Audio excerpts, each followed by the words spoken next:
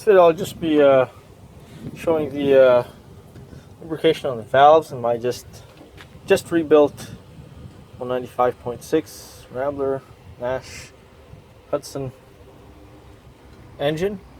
And as you can see, there's just oil all over the place there. All over. That's exactly what we want. And when the engine is running, I can actually see the oil dripping off from here. I just adjusted the valves.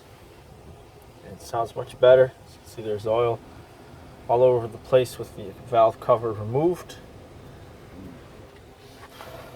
And yeah, that's what we want. And then this oil should go into these holes and down onto the camshaft and the valves themselves, or rather the seals. Yeah, those things there.